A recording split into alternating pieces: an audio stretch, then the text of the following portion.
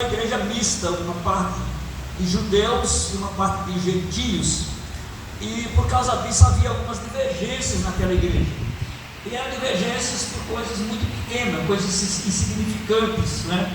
Então Paulo escreve em alguns pontos, ele procura acalmar os irmãos, tranquilizar os irmãos, para não ficarem brigando, discutindo, discordando por coisas que não tinham nada a ver com a salvação. Ele quer apaziguar os irmãos, era o papel de Paulo, o papel de um pastor, né? E nesse capítulo 8, nós citamos aqui uma parte, então ele fala muito enfaticamente, o apóstolo Paulo fala, ele descreve, né, com profundidade, duas coisas interessantes. A fé genuína, que é uma fé, o que é um cristianismo genuíno, e para isso ele faz um contraste entre a vida na carne e a vida no espírito. E nesse capítulo que nós lemos, no capítulo 12, do versículo 12 até o 17, então o apóstolo Paulo dá uma ênfase mais aprofundada na questão da prática e na realidade da vida cotidiana, do dia a dia, né? Então essa parte, como se fizesse um resumo de todo o capítulo, da parte que ele já descreveu até o versículo 12, e aí então ele faz um resumo. Olha, isso que eu já falei, vocês devem tratar dessa forma, devem colocar em prática, não é só para ouvir, mas é para viver aquilo que eu estou falando a vocês.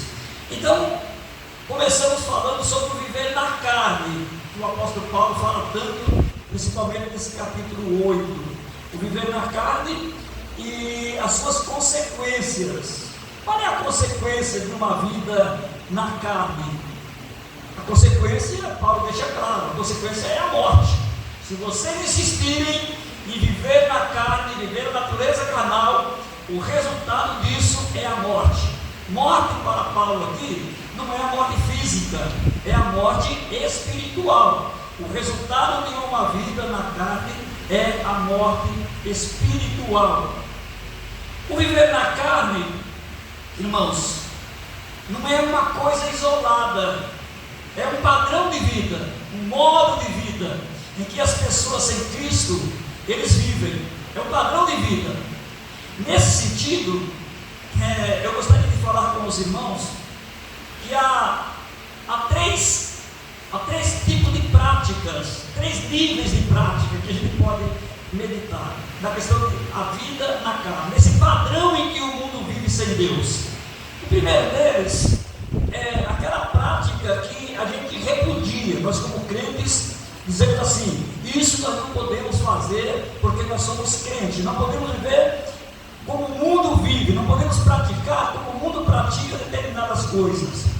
Nesse nível está aquelas coisas que nós de forma nenhuma nós fazemos, como a idolatria. O crente não pode ser idólatra. Eu não posso ser idólatra porque eu sou um servo de Deus. Meu Deus é somente Jesus, é só o Senhor, só Deus, eu tenho um único Deus, então eu não posso ser um idólatra. Mas não é só isso, tem outras coisas, como a gente diz assim: um crente não pode roubar, um crente não pode matar, um crente não pode mentir, né? Essas coisas que a gente radicaliza e que não pode fazer de forma nenhuma, né? Então, a gente sabe, essas coisas são coisas terrenas, são coisas que o mundo vive, que o mundo pratica, e a gente diz assim: nós não podemos praticar porque isso é pecado e Deus abomina essas coisas. Porém, tem outras coisas que são um nível diferente de prática. Por exemplo, aquelas coisas que são coisas sociais que todos os cidadãos participam. Não deixa de ser terreno, mas são coisas que não são pecado, não são classificadas como pecado. Por exemplo, estudar não é uma coisa espiritual, é uma coisa terrena, é para o nosso bem aqui, nosso bem-estar terreno. Mas todos os crentes podem estudar, não é pecado estudar. Então temos que fazer a separação entre uma e outra coisa. Não é pecado ou proibido um crente ir ao médico, é uma coisa terrena. Cuidar da saúde física é uma coisa terrena. Então o crente está doente, ele vai ao médico sem nenhum problema, é uma coisa terrena, mas ele pode fazer isso normalmente, como disse o apóstolo Paulo, enquanto estivermos aqui, nós temos que praticar as coisas do mundo, as coisas terrenas. Então isso é perfeitamente normal. E tem muitas outras coisas que as pessoas fazem e que nós fazemos, como casar, como construir, são coisas terrenas para essa vida, mas nós praticamos como o mundo pratica, não há problema nenhum. Agora existe uma outra categoria que está entre uma e outra, né? Uma categoria mediana. Essa categoria são aquelas coisas que não são descritas como pecado, não são pecado, mas depende da forma como a utilizamos, da forma como usamos. Se o uso for correto, não concretiza, não caracteriza pecado. Agora, se o uso for incorreto, então transforma-se em pecado.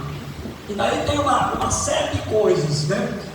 Sabe aquelas coisas que os crentes costumam perguntar: pastor, isso é pecado? Pastor, eu posso fazer isso? Eu estou falando dessas coisas. Eu posso fazer isso? Um crente pode fazer determinada coisa? Por que pergunta? Porque é uma coisa que precisa julgamento. Se é pecado ou se não é pecado. Mas quando a gente faz esse tipo de pergunta, então já está surgindo algo em nós que causa dúvida. O crente não pode viver em dúvida. Mas aí eu vou citar algumas coisas, né? Para que vocês tenham a memória aberta e entender perfeitamente o que eu estou dizendo. Vamos falar de comida. Comida é pecado? Pois é, não, todos nós podemos comer.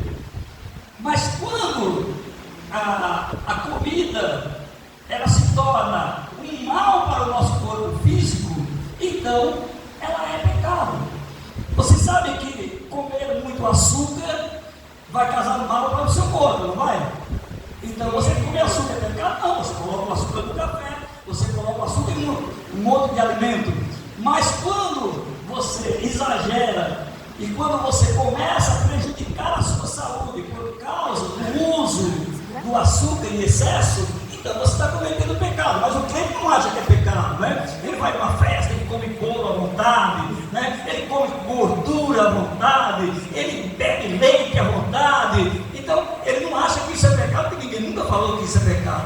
Mas se está destruindo a sua saúde, se está destruindo o seu corpo, então é pecado. Porque o corpo, quando a gente diz assim, eu me entreguei para Jesus, e aí eu faço uma pergunta: você se entregou para Jesus? Não precisa responder, você diz sim, você se entregou para Jesus. Entregou como? Você entregou só a sua alma para Jesus? Ou você se entregou por inteiro para Jesus? Agora responda: você se entregou por inteiro ou apenas a sua alma para Jesus? Responda. Por inteiro a sua alma? Inteiro. Por inteiro. Jesus não veio para salvar somente a alma, como a gente costuma dizer. Jesus veio para salvar o ser humano por inteiro. Na eternidade nós teremos corpo, alma e espírito. É por inteiro. Ele veio salvar o ser humano, não veio salvar só a alma, não é? A gente fala a alma porque estamos referindo à vida eterna. Mas Jesus veio para salvar, tanto é que na vida dele, na nossa ressurreição, o nosso corpo vai sair do pó, vai ressuscitar e vai viver eternamente. Então não é salvar só a alma, é salvar o ser humano como um todo, entendeu? Salvar como um todo. Então, quando você faz alguma coisa que prejudica o corpo, você está desobedecendo a Deus, porque o corpo não pertence a você, o seu corpo pertence a Deus. Então você não pode fazer algo que prejudique o corpo, que faça mal para ele, que cause doença para ele. Mas isso é uma coisa que nós não levamos muito a sério, né? Não levamos muito a sério. Mas isso é uma realidade. Mas tem um monte de coisa. Os jovens pegam o celular à noite, vai para algum lugar, no canto da casa, e passa a noite inteira acordado. Glória a Deus. No celular, né? É pecado? Pergunta para o pastor: pastor, é pecado usar celular? Eu vou ser obrigado a dizer: não é pecado usar celular. Mas você não tem o direito de destruir a sua vida, o seu sono, a noite inteira no celular, para no outro dia ser irritado, e depois, com o tempo, ter transtornos de ansiedade por causa do uso excessivo do celular, e achar que isso é normal. Não é normal, é pecado por causa do uso excessivo daquilo que você está fazendo. Constitui esse pecado. Você não pode destruir o seu corpo, destruir a sua saúde, porque não é um direito seu. O seu corpo pertence a Jesus, ele é de Jesus. Portanto, é como se nós fôssemos um mordomo que estamos cuidando de uma propriedade que não é nossa, é de Jesus. Precisa ser muito bem cuidado. O nosso corpo é o templo do Espírito Santo, deve ser muito bem cuidado. Gastar dinheiro é pecado? Claro que não. A gente trabalha, ganha para gastar dinheiro. Não tem coisa melhor do que gastar dinheiro. Agora eu pergunto para vocês: existem muitos irmãos nossos, crentes, não sei se aqui, espero que não tenha, mas quem sabe nós temos aqui crentes inadimplentes, crentes com nome sujo, nome com restrição. E sabe por quê? Porque gasta além daquilo que tem, vai além do que pode gastar. Isso é pecado? Claro que é pecado. O consumismo, gastar por impulso, é pecado. Deus nos dá um emprego, Deus nos dá trabalho, Deus nos dá tudo, mas temos que ser organizados, temos que saber lidar com aquilo que o Senhor Deus nos dá, porque todos os dias você diz na igreja: tudo que eu tenho foi Deus que me deu, o meu emprego foi Deus que me deu, a minha casa foi Deus que me deu, tudo foi Deus que me deu. Então cuida da forma que Deus quer que você cuide. Porque Ele não quer que você esteja com o seu nome sujo, Ele não quer que você esteja sendo com o nome restrito, que algumas coisas você não pode comprar pura e simplesmente porque você exagera e gasta além daquilo que você pode gastar. Você não consegue organizar. Isso é pecado? Claro que é. Claro que é. É uma questão da gente colocar as coisas sobre o domínio, sobre a autoridade de nosso Senhor e Salvador Jesus Cristo. Isso é muito interessante. É muito interessante. O nosso corpo não foi feito para exibição. Hoje tem está na moda, né? A questão de academia, e daí as pessoas ficarem musculosas, e daí querer se aparecer, se mostrar, né? Tanto homem como mulher, tá coisa mais comum, coisa mais comum. E alguns colocam roupas que possam fazer com que o corpo seja exibido, para que as pessoas possam contemplar. Ora, a gente já ouviu falar que ninguém é salvo por causa da roupa, ou por causa disso, por causa de usos e costumes. Ninguém verdadeiramente não é. Mas não é permitido aos crentes, por Deus, se o corpo pertence ao Senhor, que ele seja exibido de forma sensual. Não é uma coisa normal. Roupa transparente, roupa decotada, roupa justa, roupa escandalosa. Por quê? Qual é o objetivo disso? Aí você pergunta: isso é pecado? Olha, se você perguntar se isso agrada a Deus, é claro que nós vamos dizer que não. Agora, deixa eu falar uma coisa para vocês. Nós somos guiados pela nossa vontade. Todo mundo, crentes e não crentes, é guiado pela vontade. Então tudo que você faz é porque você tem vontade. É chamada nossa volição, né? O nosso desejo de fazer as coisas. Quando uma pessoa não é crente, então nós falamos da carne e do espírito. Uma pessoa que não é crente, ele vive no mundo e ele abraça tudo quanto o mundo oferece, e a sua vontade é essa. Então o sujeito vai ao bar porque tem vontade de ir ao bar, ele vai, né? O sujeito fica viciado porque tem vontade de usar qualquer tipo de vício, qualquer tipo de droga. O sujeito vira um alcoólatra porque ele tem vontade de beber, então ele vai lá e bebe. Tudo é assim, é a vontade. Quando essa vontade ela é de uma pessoa, como já disse, terrena e mundana, então o que você espera? Que tudo que é mundano, essa pessoa tem vontade de fazer, e como ele está livre para fazer, ele o faz. Agora, o crente em Jesus Cristo, quando ele recebe Cristo como Salvador, ele precisa ter a mente transformada. O apóstolo Paulo, quando escreveu a Timóteo, diz assim: olha, pensa nas coisas que são de cima.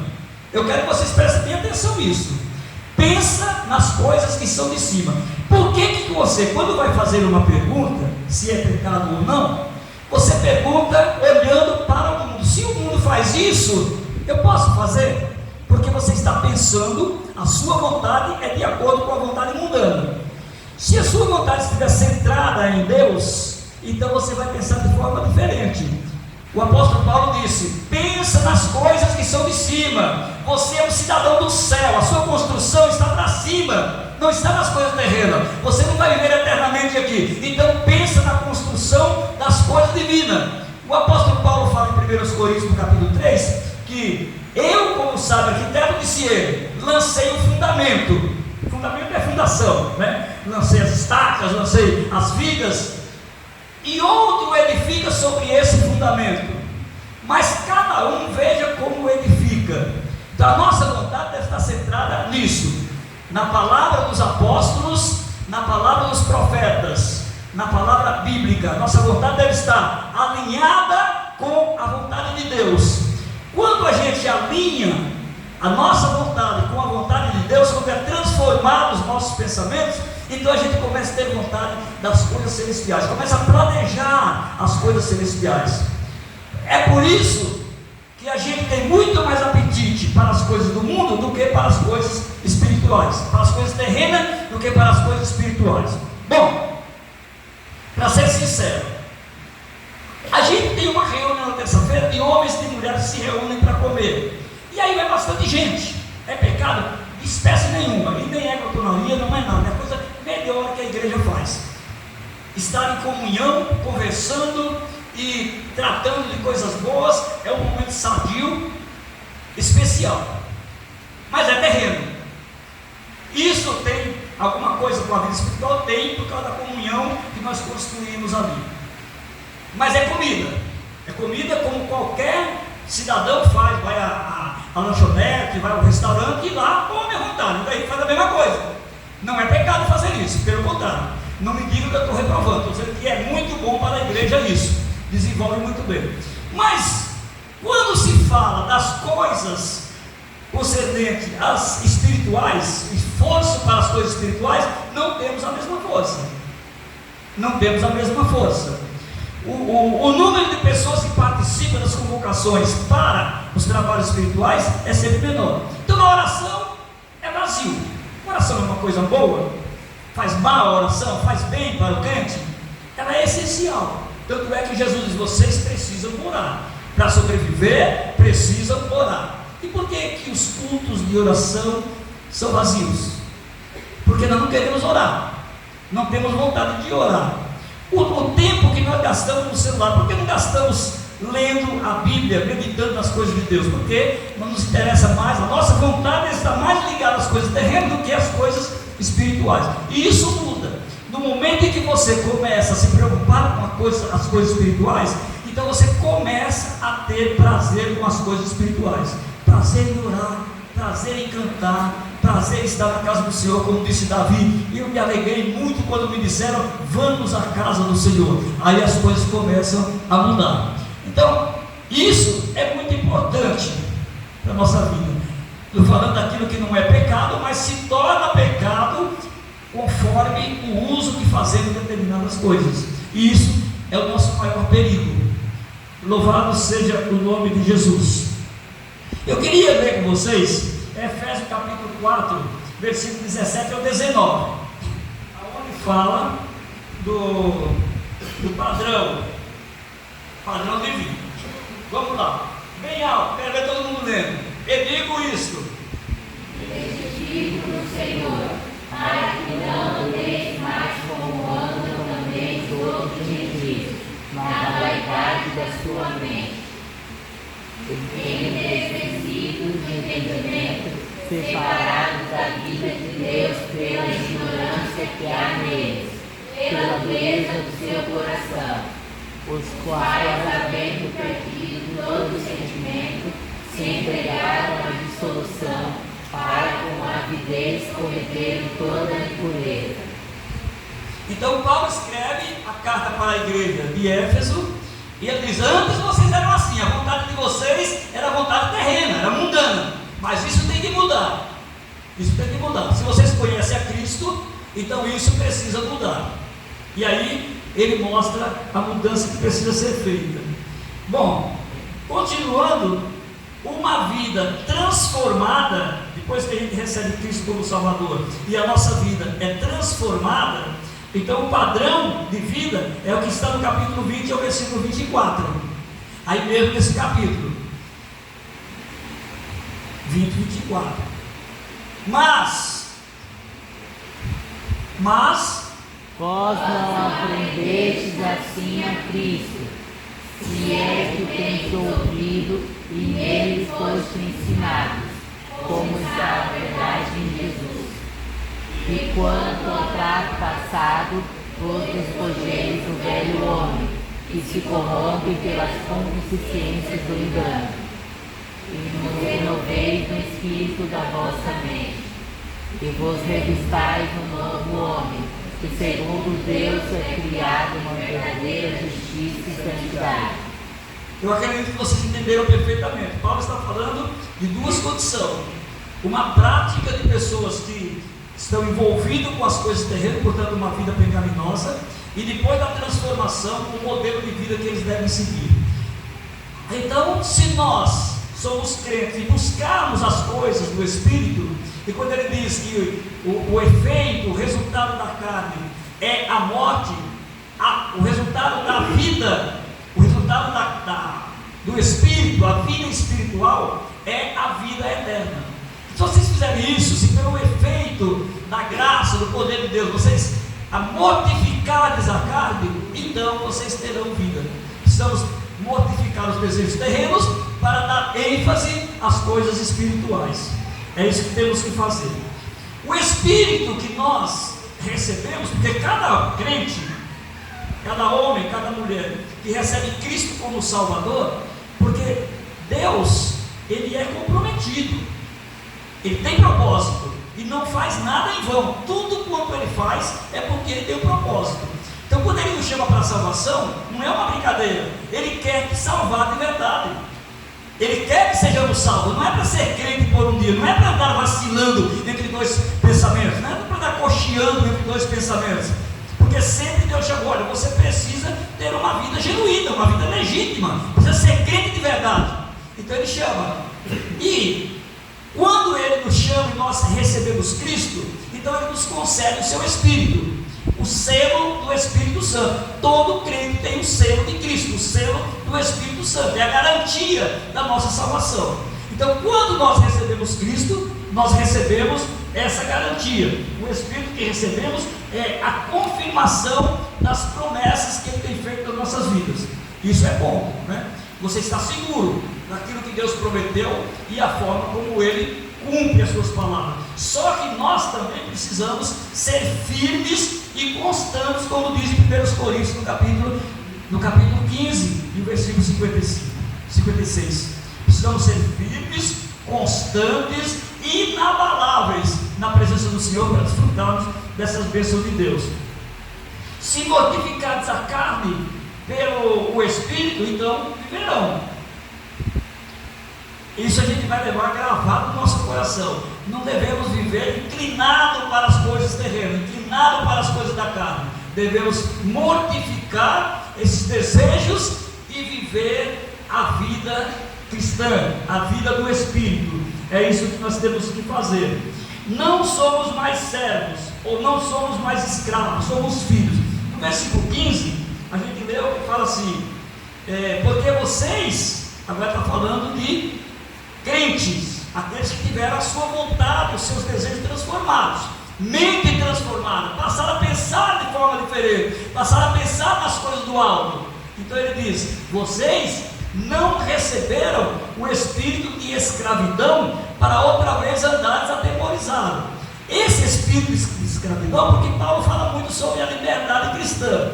A liberdade não é para fazer o que quer, a liberdade é para servir a Cristo. E quando ele fala da escravidão, ele está falando da lei, porque Porque na lei ela escravizava, ela não dava vida, ela escravizava. Paulo diz: vocês estão livres disso. Vocês não receberam o espírito de escravidão, vocês receberam o espírito de adoção. Veja, irmãos, são duas coisas totalmente diferentes. Uma coisa é um funcionário que trabalha porque tem medo do seu senhor, porque tem medo do seu patrão, porque tem medo do seu encarregado.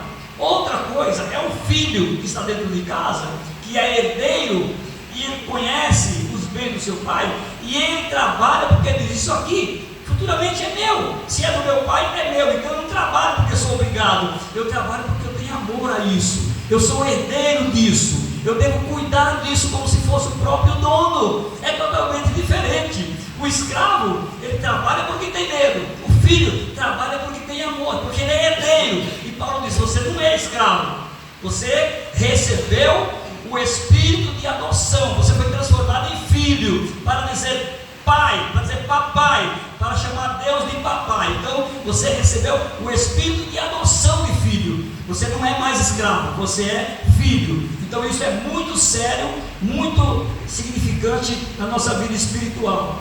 Nós temos o testemunho do Espírito. Paulo diz: olha, o Espírito testifica com o nosso espírito de que somos filhos de Deus. Todo crente, se for crente de verdade, se recebeu Cristo, tem um testemunho interior. No seu coração diz: eu sou servo de Deus, eu sou filho de Deus. O Espírito testifica dentro de nós, no nosso interior, no nosso espírito, que nós somos filhos de Deus. E mais do que isso, o sofrimento, quando ele fala de, porque deixar a carne para servir em espírito é uma renúncia. Você precisa renunciar essa vida terrena para poder se apegar à espiritual. Então isso traz um sofrimento, porque Jesus diz: olha, você quer ser meu discípulo, negue-se a si mesmo e tome a sua cruz e siga-me. Então, ser um crente espiritual, precisamos renunciar, e isso traz sofrimento. De uma certa forma, a gente sofre porque vivemos em um mundo que tudo puxa para o lado terreno. Então a gente tem que lutar contra isso. É uma batalha espiritual contra essas coisas. Precisamos renunciar para nos apegar às coisas espirituais, às coisas do Espírito. Mas a nossa glorificação, a promessa que temos de glorificação, ela vem depois do sofrimento. É necessário ser firme, é necessário ser provado, é necessário ser perseverante, é necessário ir até o fim para poder ser glorificado. Glorificado é quando Jesus vier, que os crentes forem arrebatados e receberem um corpo glorificado da parte de Deus. Então é a nossa glorificação final. Mas para chegar a esse ponto, não desista. O apóstolo Paulo diz: seja firme e constante, sempre abundante na obra do Senhor, porque o teu trabalho tem uma recompensa. Não desista. Sofrimento todo mundo tem, luta todo mundo tem. O que faz a diferença é permanecer firme, ainda que na luta, ainda que na tribulação. Então você é um crente, o seu nome está escrito no livro da vida. Não perca isso por nada, nem mesmo pelos prazeres que esse mundo oferece, nem mesmo por aquilo que aparentemente não é pecado, mas que está destruindo a sua vida, destruindo o seu corpo, destruindo a sua saúde. Não faça isso. Amém? Deus abençoe essa igreja. Agora nós vamos participar da ceia do Senhor. Convidar os obreiros.